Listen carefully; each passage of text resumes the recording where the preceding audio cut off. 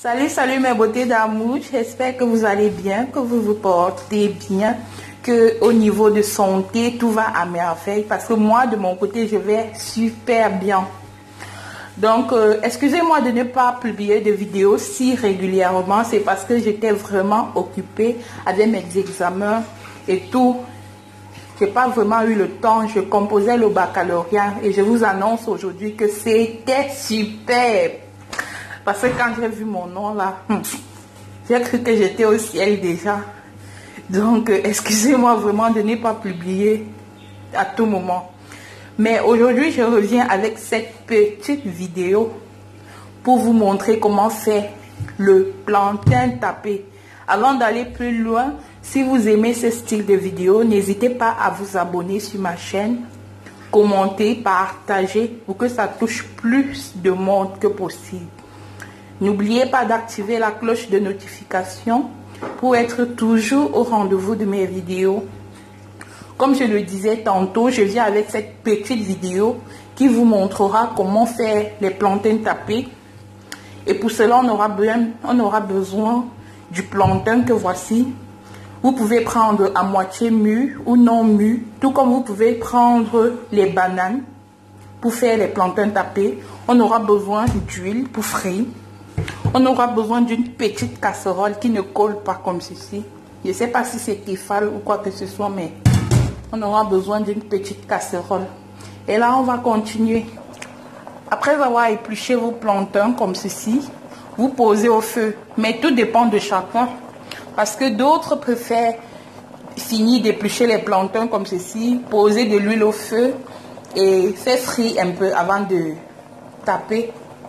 Mais moi, comme la quantité était vraiment conséquente, j'ai décidé de faire cuire. Mais je ne vais pas cuire à fond. Mais je vais cuire de telle sorte que ça soit à moitié cuit. Et je vous montre par la suite comment faire pour avoir un plantain tapé circulant. Là, mes beautés d'amour, j'ai posé l'huile au feu et je vais commencer à faire frire mes plantains tapés. Voici le plus dur du travail, mes amours. Dès que votre plantain aurait cuit à moitié, vous allez prendre comme ceci. Vous posez sur votre planche. Vous avez votre pierre. Vous commencez à appuyer tout doucement. Vous appuyez. Voilà à quoi ressemble notre plantain après avoir appuyé ça avec la pierre. Et là, on va porter et aller mettre dans l'huile qui est déjà chaude. Mes amours, à quoi ressemblent mes plantains tapés? Tout à l'heure, quand j'essayais d'appuyer, d'aplatir avec soit mon couteau, soit ma pierre, ça ne donnait pas, ça s'émiettait et tout, et c'était pas du tout beau à voir. Donc, j'ai dû trouver une solution de secours qui consistait à mettre mes plantains dans un mortier et à piler. Mais il faut piler très chaud pour pouvoir donner la forme comme je l'ai fait tout à l'heure. Donc vous voyez à quoi ça ressemble. Moi je trouve que c'est plus présentable comme ça. Et c'est très beau. Donc on se retrouve pour la dégustation, mes amours.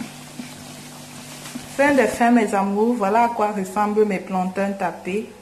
Elle peut s'accompagner avec une bonne sauce rôtie, tomate. En tout cas à votre aise. Donc si vous avez aimé, n'hésitez pas à vous abonner, commenter, partager. Si vous avez d'autres astuces, laissez-les moi en commentaire et je vais essayer de les reproduire aussi. Donc je vous laisse, à très bientôt, bisous.